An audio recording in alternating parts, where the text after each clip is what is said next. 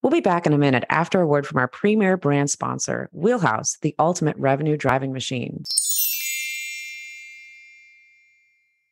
We began using revenue management dynamic pricing tools, as I said, in March of 2020, because we got to the point in the growth of our company where we either needed to hire a person for rate management or we needed to bring technology on. For me, and the way that I like to manage our rates, it was just a better decision to bring in technology to help with that. That's Lance Stitcher, owner of Seaside Vacation Rentals. Lance and his wife, Elaine, manage 280 condos and beach homes in Ocean City, Maryland, and Chincoteague Island, Virginia.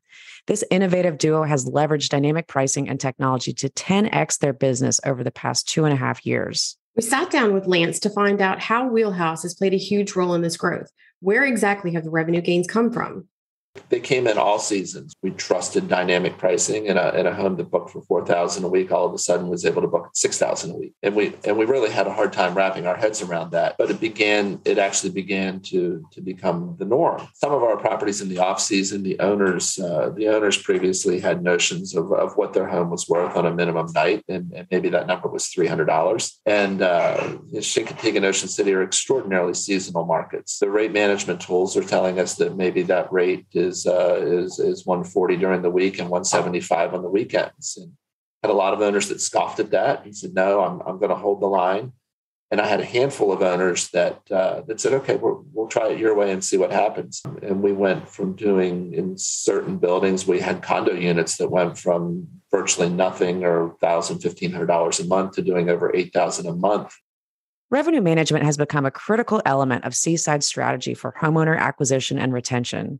How does Lance use the information from Wheelhouse to help him win new owners and keep existing ones? We'll hear about that later in the show. It's all part of Wheelhouse's spotlight on exceptional property managers.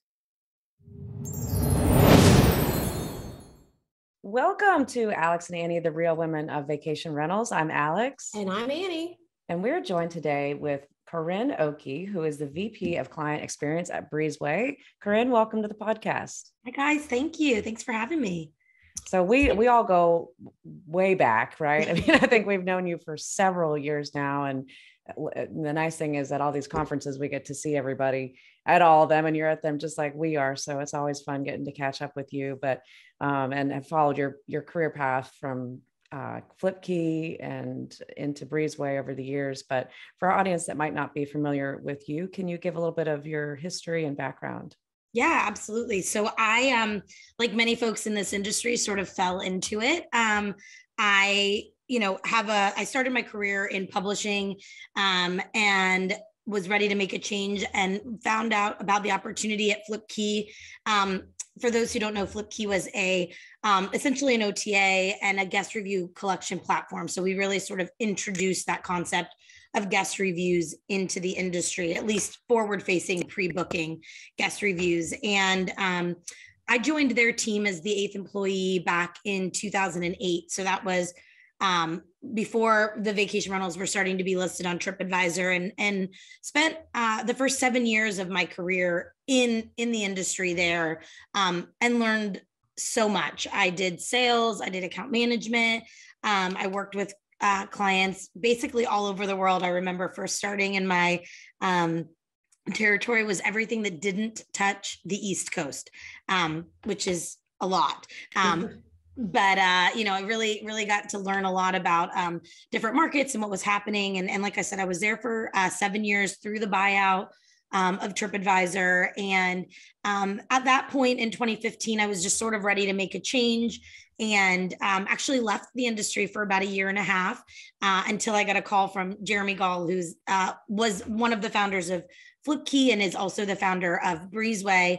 And he asked if I asked me what I was doing a weekend in October. And it just so happened to be a VRMA conference. And I put 2 and 2 together, and I said, well, am I going to VRMA? And and funny story, it was actually at Wild Horse Pass. And so my very first VRMA in 2008 was also at Wild Horse Pass. So it really felt like we were coming full circle, and looking at this opportunity at Breezeway. And at that point, it was a very small company. They had a lot of concept, and we had the opportunity to meet with friends from within the industry, introduce what we were doing, get some feedback. And then I joined the team at Breezeway in 2017 as their first hire. So it's been quite a ride, and I've been there now for over 5 years. So, wow. That's awesome. And that's, you're talking about the wild past. That's Alex and I call that signs. Like, it's just a sign that you were supposed to be where you're supposed to be. Yeah. So that's super exciting. I'd love to hear more about kind of the FlipKey TripAdvisor. And I worked in property management and then was obviously at Expedia for several years. And so the FlipKey travel advisor thing. I've done that so many times. I did it many times. FlipKey is not a bad name. No, it's really not. It's our next company. He's Googling, is that domain available? Yeah, right. I know. I'm like, whoa. So anyway, I think that during that time when things were happening, people were very excited about what that was going to mean with FlipKey going to TripAdvisor. I know like TripAdvisor has spun out of Expedia. And I remember thinking at the time when I joined Expedia, like, why did they sell it? Like, and internally it was kind of like, well, it was kind of dead weight. And then all of a sudden it took off. So you were kind of there about that time, I think, when it sort of took off. So can you kind of shed some light on that? Yeah. I mean, it was really interesting. I think you guys have been in the industry, as we all know, right, for a long time. And so you've sort of seen the evolution of, and sort of the consumer understanding and sort of the influence that VR has really had. But, at that point, I think we were still more of that like cottage industry generally, right? And I remember first, when we first started talking to TripAdvisor, it was an alternative lodging accommodation type. And it didn't really have its own sort of category on the site. And as the buyout of FlipKey and as that happened, we started to say like, hey, this is a huge industry. And they're really, well, I didn't say, but the team said, this is a huge industry and we really need it's a standalone and the recognition. And, this was pre-Airbnb.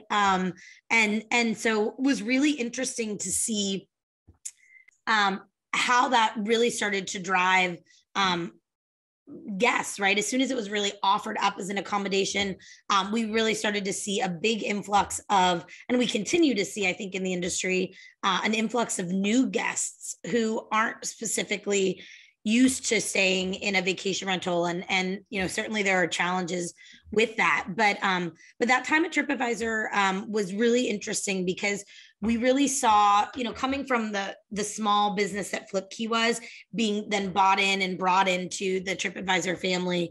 And TripAdvisor they have flights, they have hotels, they have activities. It's really a really big stretch across the travel industry. So being able to fill a part of that was really interesting. And we spent a lot of time understanding what was important to managers. I think that was something we did really well at FlipKey, was really talking to people and asking the questions to understand what was going to make the most sense for the business. When we first started, you had the opportunity to collect reviews and respond to those reviews. And we provided widgets that you could put on your website and all of that stuff. But initially, you didn't sort of have the control over, does a negative review sit on your website, right? And as we continued to become more and more, have more and more knowledge about what was really important to managers, it wasn't, hey, I don't want to have a bad review, but I don't want to push these reviews and push a negative review on my own site. So we really spent a lot of time understanding the business and the needs of the industry to build that product. And I think it's really interesting because it's something that Jeremy has continued to do as we've moved into Breezeway, is really understanding what's important and the specific needs and the unique needs of this industry, so that the product that we're building really does mesh well and align with how the operations happen. Yeah. Well, I mean, I remember we used FlipKey. That was the first OTA that we were on at Condo World. And that was definitely in the early days of my career here. I think that was probably like 2009, 2010 that we were on there. And it was a really great experience. And, as to see the evolution of where OTAs have gone and the problems and the the negatives that we all see with some of them, you guys had it right in a lot of ways. And it was, I mean, the API at that point was probably very, rudimentary compared to what is available now, but it worked, and Annie, we've talked to some people that kind of speak to that same thing. Julie from Cabo Villas, which is a hybrid OTA property management company.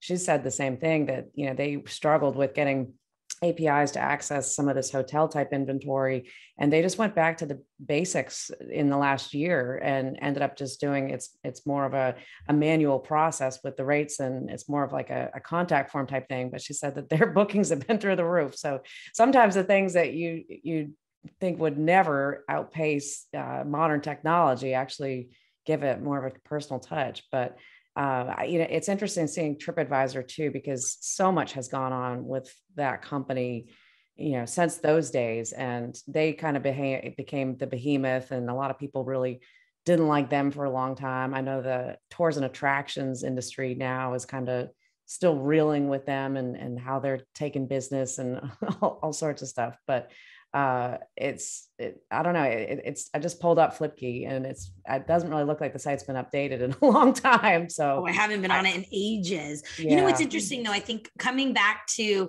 what Julie was saying, I remember, at that point we were a pay per lead, platform, right? Yeah. So you paid per call, you paid per email, but you got all of that information. So then it was yours to remarket and to do all of those things. And it's so funny looking back, right? Like at the time, everyone was like, this is too much. I don't want to spend this. There was all of this feedback. And then when Airbnb came in and sort of introduced this pay per booking, and then that sort of became the path that so many of the OTAs ended up going down. I hear all the time as I talk to people who, worked with us when we were at Flipkey, gosh, what we wouldn't give to go back to the pay per lead model for our businesses. And so I think, going off of what you said, Alex, about, Julie's feedback is that sometimes like all of the modern technology is great, but it does make sense to kind of take a step back and look and see like what really is going to benefit the business and give you the most bang for your buck. Well, and giving us the reviews, that was the big part. Like, because at that point, I don't think we had any process in place to be able to generate our own reviews, and nobody really did at that point. And, Flipkey kind of started that whole trend, but to be able to show those on our site was great. I remember we were so all in on Flipkey and TripAdvisor. We had in our header the logo that said like 5 stars, Flipkey, TripAdvisor, but like we were all in on supporting and making sure that was well known. But it's interesting. And interesting too, that Jeremy's path took him from this into software. And I think to some extent, the mentality has continued on the same vein. Obviously, he's brilliant in what he does and how he's built these companies, but, really trying to build something that caters to the needs of the property managers. So, and that might be a good segment to kind of get you into talking about Breezeway, but, how did those early days transpire? What are your memories from that? Well, I feel like the 5 years that I've spent has felt far longer, right? Because as a startup, you're just doing so much. And I wore a lot of hats, and I always, when I'm, talking to prospective, candidates to join our team, they're like, well, what does your path look like? And, I often joke that I did a lot of things that I wasn't qualified to do. And I gave my feedback and my opinion. And, but the early days were, I think it's one of those things. Not everyone is cut out to work at a startup. And you have to be agile and able to sort of pivot as needed. But, those were sometimes looking back, they're the hardest days, but they're also the best days because we learned so much. And we had this opportunity to have a small product, and it is definitely a challenge that you see as you get larger.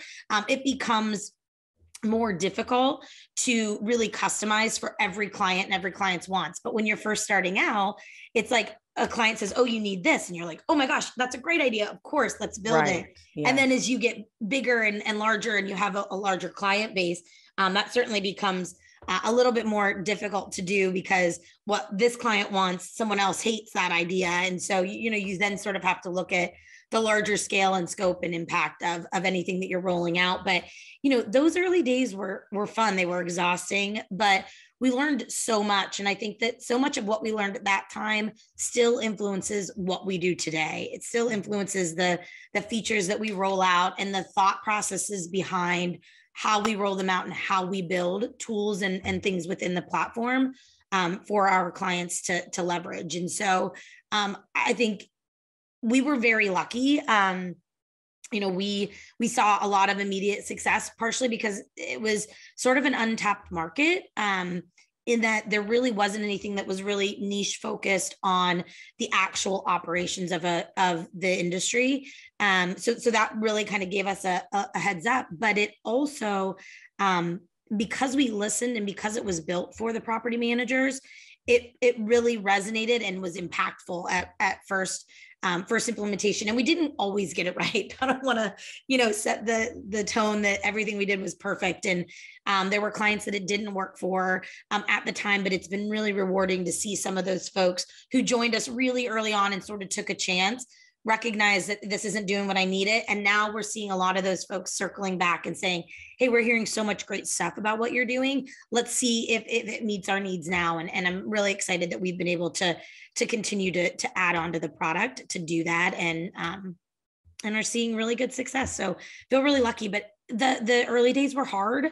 They were educational, but they were also super rewarding. And I don't think, had we not put that in, that we would be where we are today. So yeah, I think one thing that I've learned, and I think we talk about with a lot of people, is that, the further you're pushed outside of your comfort zone, the more learnings you can get and the more well-rounded it makes you. And at the time, it seems like, why am I doing all of these things? But then you look back over it and you're like, this is exactly what I needed to do to get me to the position that I'm in now, to make me more, more well-rounded, make me understanding.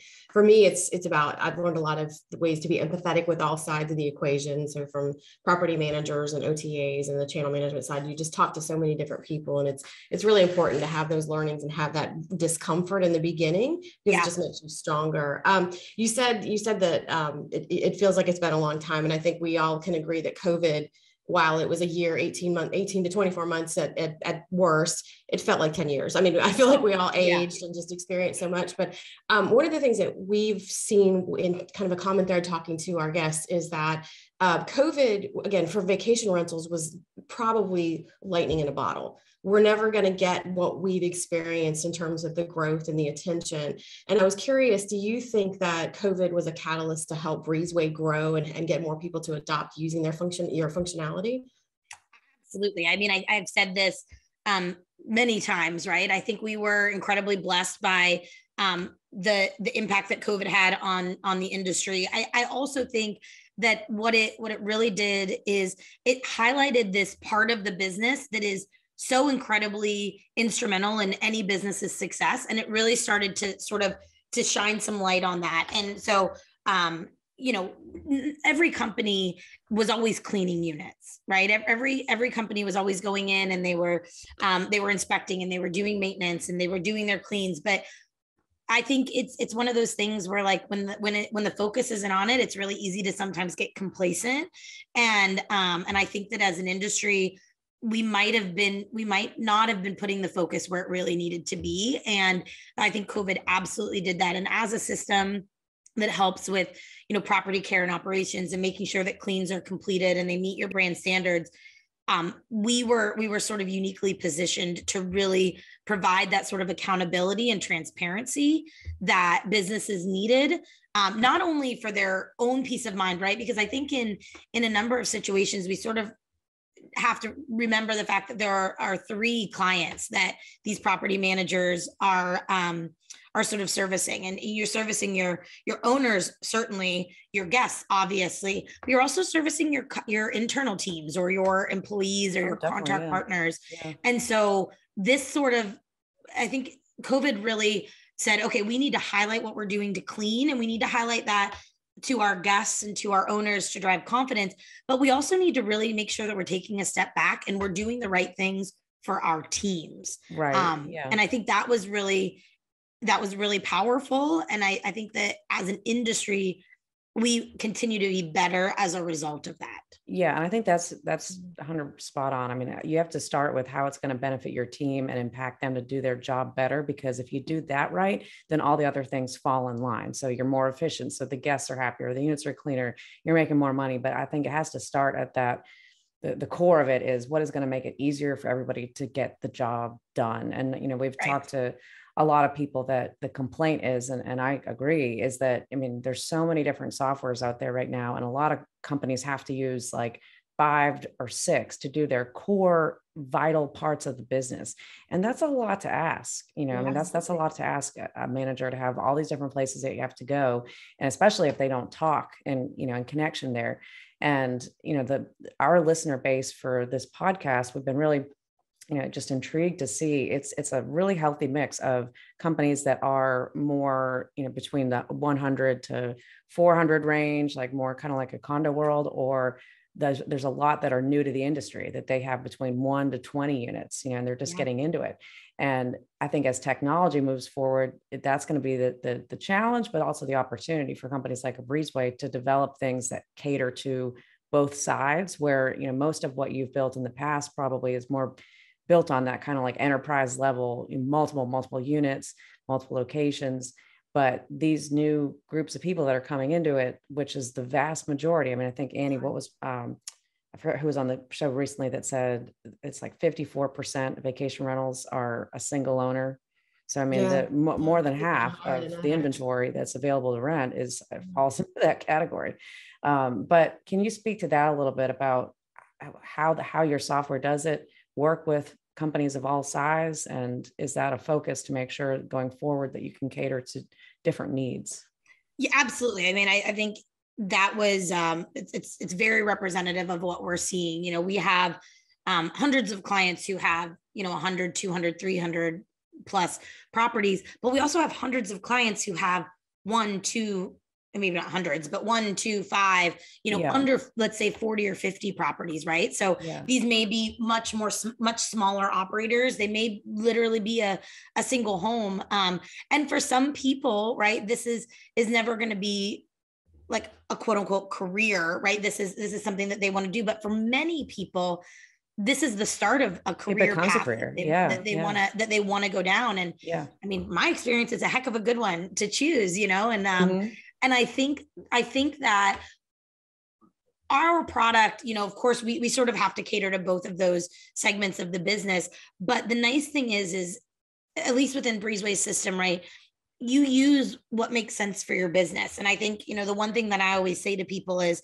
as you're making a decision around what software, whether it's an operations software, whether it's a PMS or, a booking channel, whatever you're doing, you have to make sure that it works for you today, but that it can also work for you as you plan to grow. And so we absolutely work with a lot of smaller operators, and it's just really a way in which they're adopting features. The other thing is that we just did at VRMA this spring, we did a session that was like all things operations. And we did like a show of hands. How many people have, under 10 properties? And it was probably a third of the room. And we're seeing these folks they're hungry. They're listening to podcasts like yours. They're trying to gather as much information as they can to do it right and to be part of the solution, not part of the problem. And so we absolutely work with those folks, and we want to help them make sure that they're doing the operational pieces of the business right. But again, they may not need all of the complexity that the system can support for those larger folks. Why is it that some of the core software companies, like why would somebody choose to add Breezeway if you work with one of the big enterprise PMSs? Like, why don't, in your opinion, why don't those softwares have what you guys have? What is the difference? Because back to my point a few minutes ago, it is annoying to have to use multiple platforms. So that would be a big concern. Like we have our own custom PMS at Condo World, but if we were going to go sign on with a big one, I wouldn't want to have to do that. And then a Breezeway and then something else and then this. I mean, if you're buying into one of the big ones, that should do all of it. But why don't they? So this is the analogy that I use all of the time. And I mean, it's the same reason that you have a primary care physician and you go to a specialist when you need to see an eye, ears, and throat guy, right? Like it's the same reason, because the general practitioner or the PMS does so much, right? They have such a wide scope that they're actually having to service and having to serve up for the clients, that you can't go really deep. And so, the folks who use one of the big PMSs that do have an operations portion within their system have chosen to work with us because they need to do more, right? They have a more complex business. They really are committed to this part of their business, or it just doesn't work. I think a lot of the PMS partners, and we have a ton of them, and many of them have an operations platform, but it's pretty baseline, right? It's here's what you need to do. You can schedule a clean, you can do X, Y, or Z. But they're not doing customized checklists at each property and building up property specific requirements. They don't maybe have a mobile app that the team can use in the field. They maybe don't have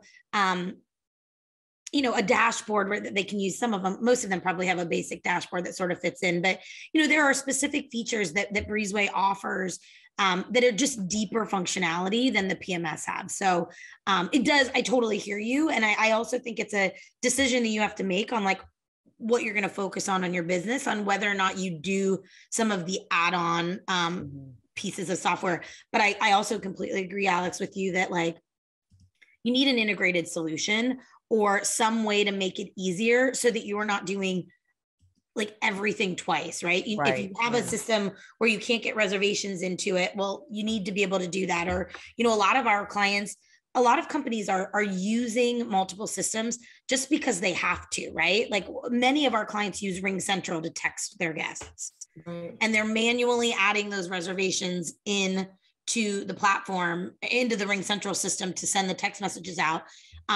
We'll be back in a minute after a word from our premier brand sponsor, Wheelhouse, the ultimate revenue driving machine.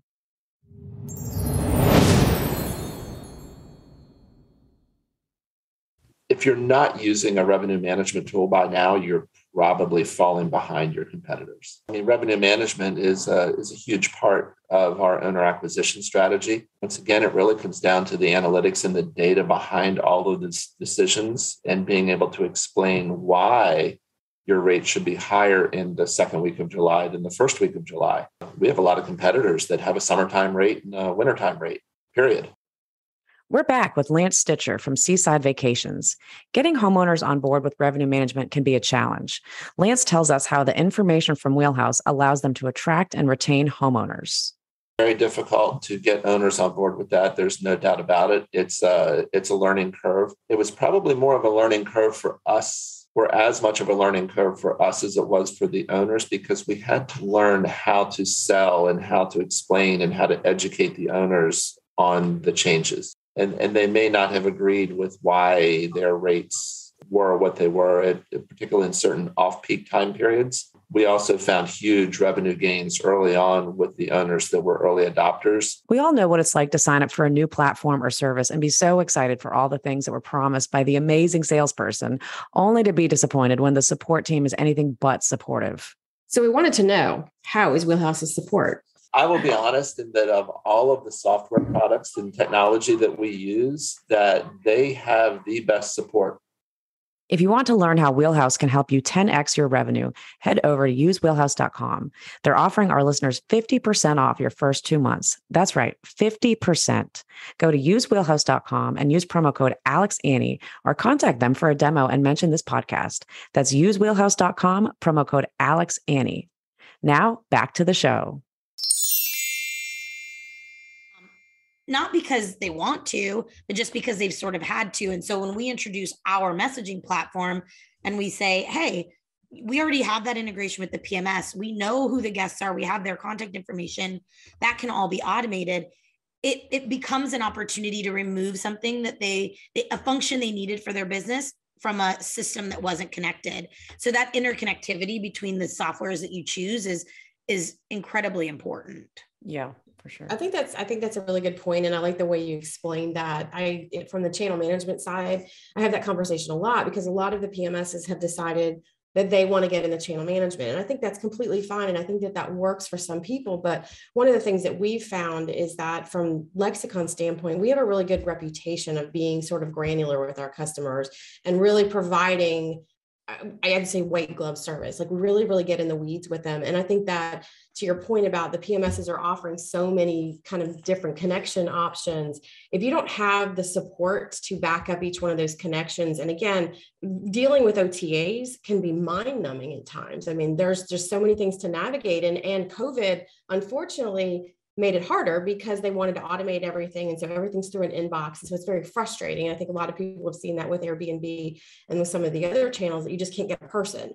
And so when you have somebody who's kind of an expert in one discipline, and I always say, like, it's kind of like looking at an Olympic sized pool. You know, we each have a lane that we swim in, and sometimes people can cross over and do multiple disciplines. I mean, you know, Michael Phelps, he's the guy that can do it all, but that's really not the norm. I think that everybody needs to focus on the discipline that they're good at and offer that service. And together we can provide the best service to the customer. So I do think that there are some situations where it warrants just using your PMS, you know, if you're not doing a whole lot for your guests. But if you're wanting to provide that white glove service from start to finish, you really need to have a couple of different options. And again, to Alex's point, it can be cumbersome. And I think it was Lino Maldonado shared a story when he was at Wyndham or Resort Quest, I think it was Wyndham, and they had adopted from Wyndham corporate a new software. And he went to one of his leads in the Panhandle, and she was like, "I'm not doing this."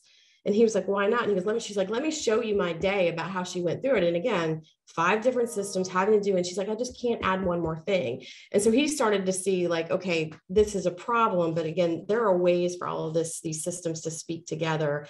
And I think as long as the tech solutions are talking to one another, there's room for all of us to be part of it.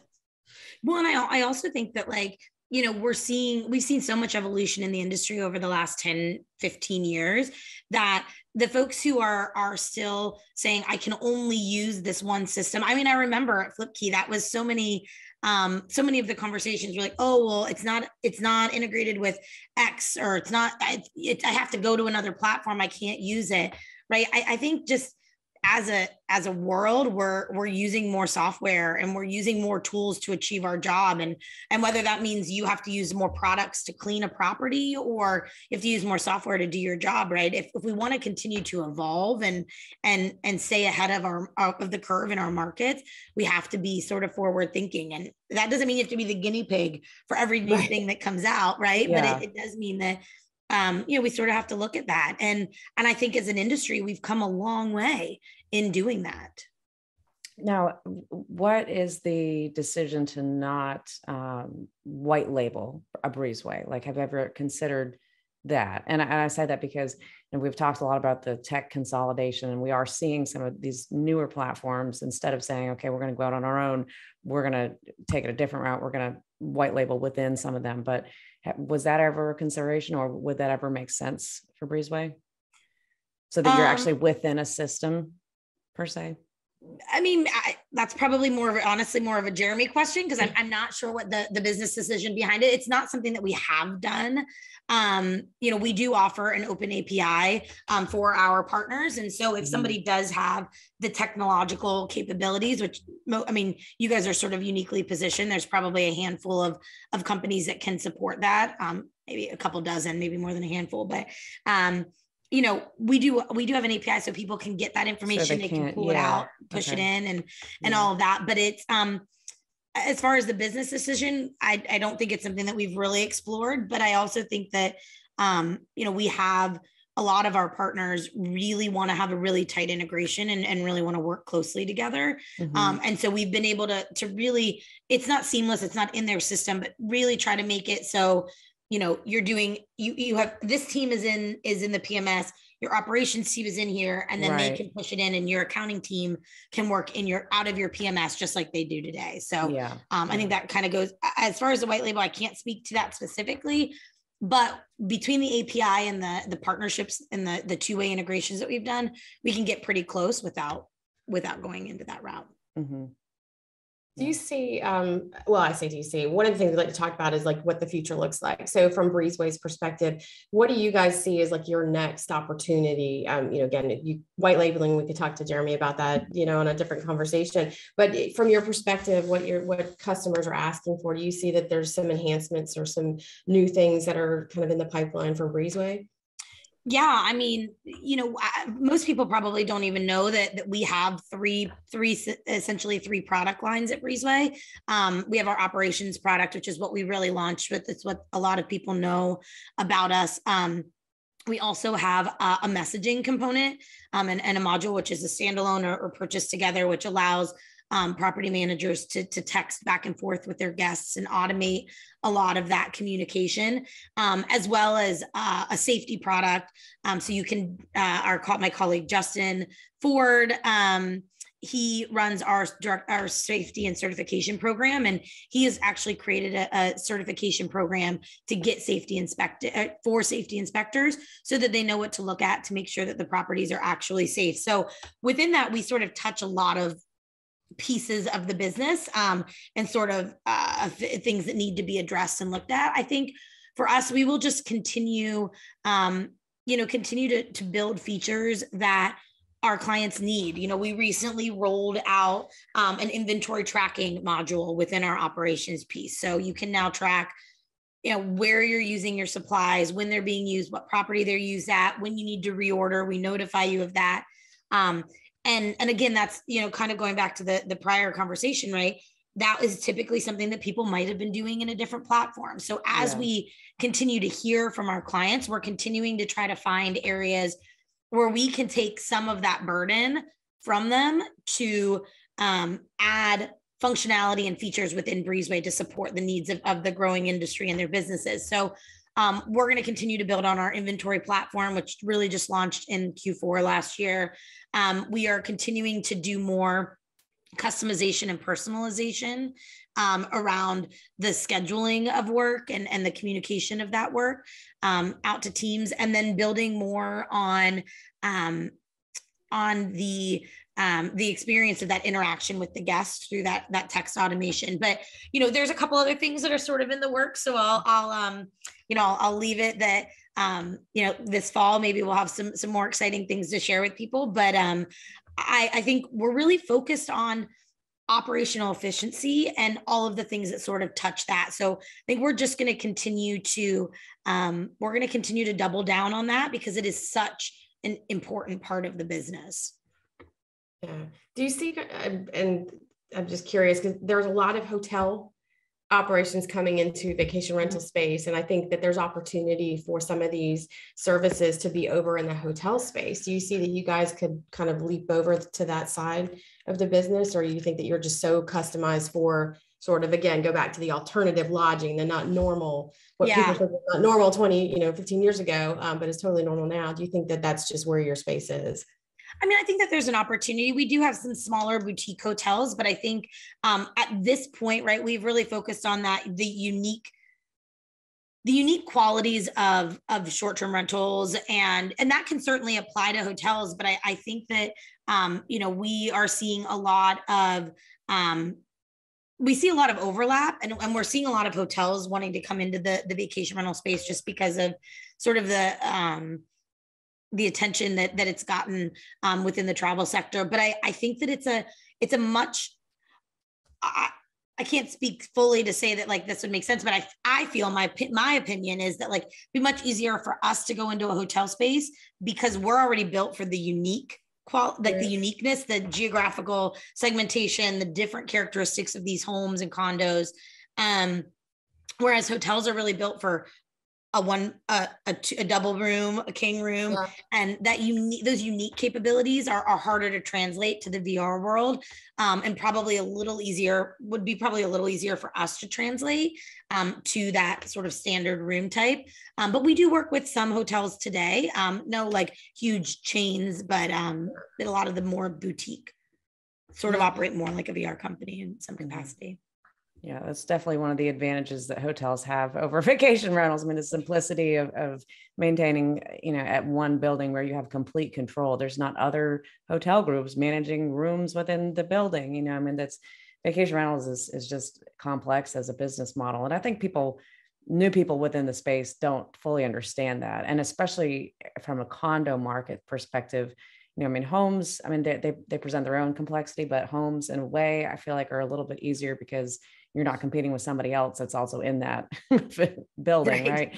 So, but the condo side of it, in Myrtle Beach and where Annie is in Panama City Beach, there's some properties that they could have 20, 30 different management companies or individuals managing units.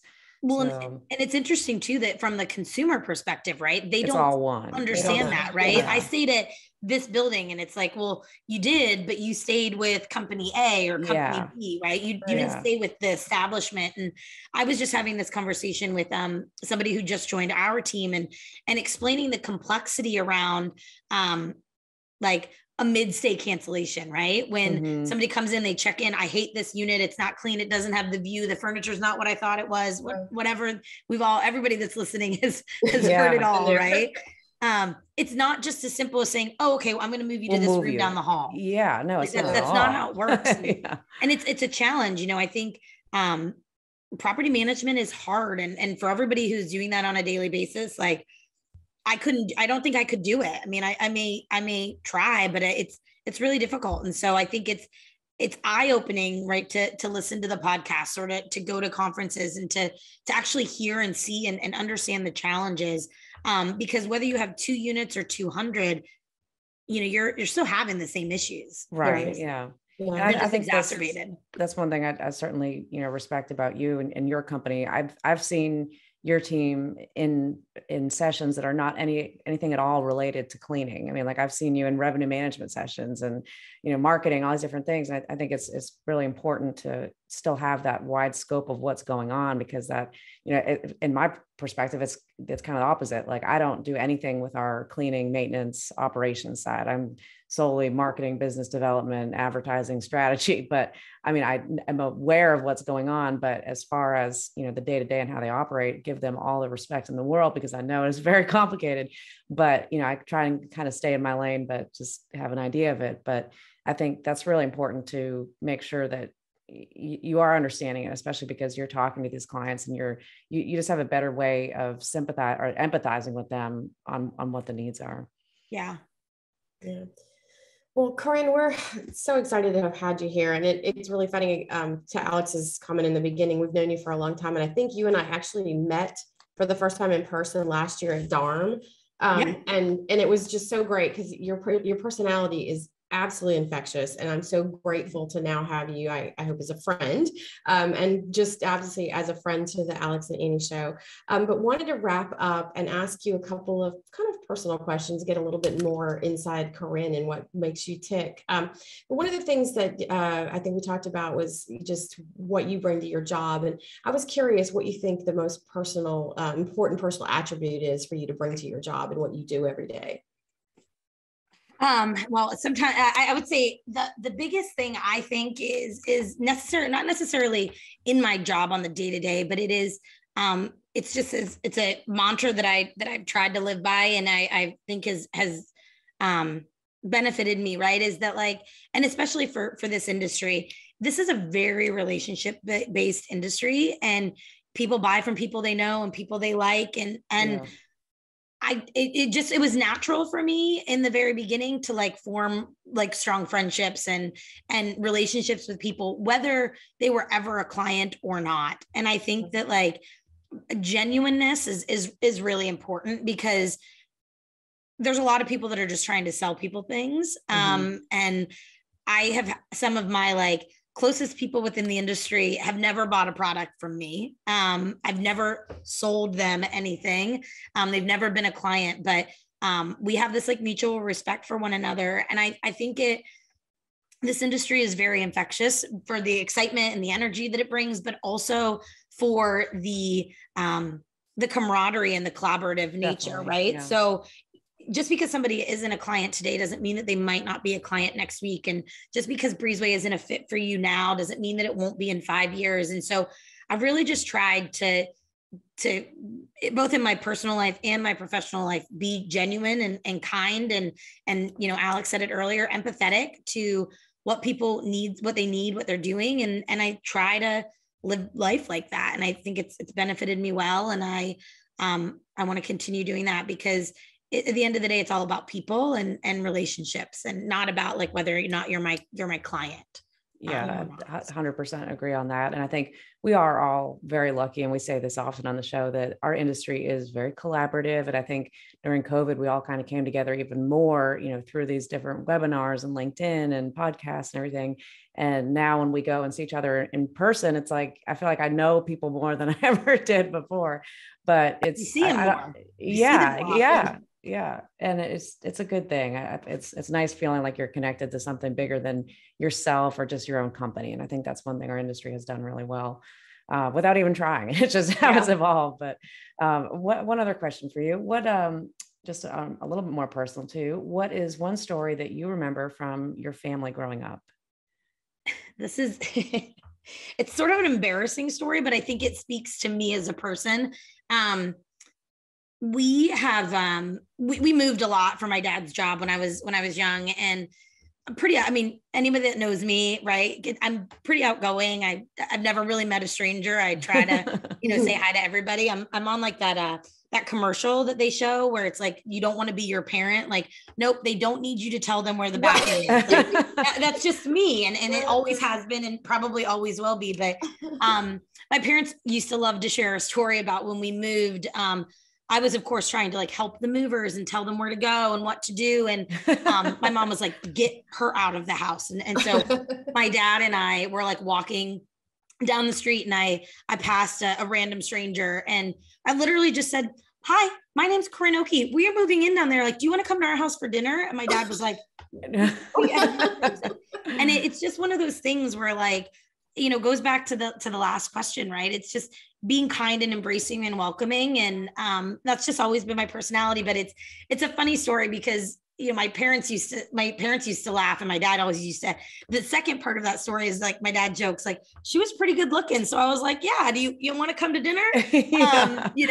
And so it's just, I think it's a funny anecdote that has sort of rung true for my life, for my career, is just embracing folks and being pretty welcoming. So yeah, absolutely. I love that. Well, great answer. Awesome. Well, thank you so much for being here with us, Koryn. It's great to hear a little bit more about you and also about Breezeway, and we appreciate everything that you do for the industry. So thank you for being here. What is a good way for our guests to get in touch with you? Yeah. So if you're already a client, please reach out. You can email me directly. It's Koryn, Koryn @breezeway.io.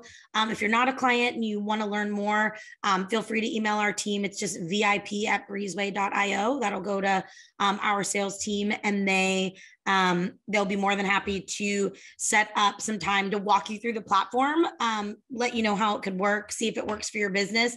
And I also talked to our team. And so if anybody, for any folks who are listening, they mention the Alex and Annie podcast, we're going to be waiving the implementation fees through the end of the year. So awesome. Thank you. Yeah. So feel free to reach out, find us on LinkedIn, social media. Our website's just breezeway.io. So awesome. Great offer. Well, we will include links to your site and how to contact you in the show notes for anybody.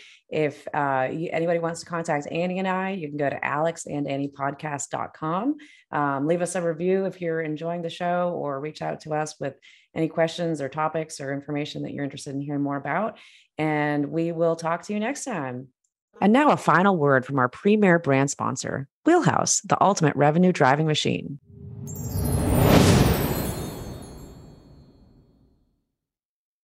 If you're overpriced, you will be empty. And if you are underpriced, you will fill up extremely fast. But the market will always tell you what the correct price is. There will always have to be a human factor involved in the process. At least that's the way I feel about it. I don't think AI is going to overtake the industry entirely.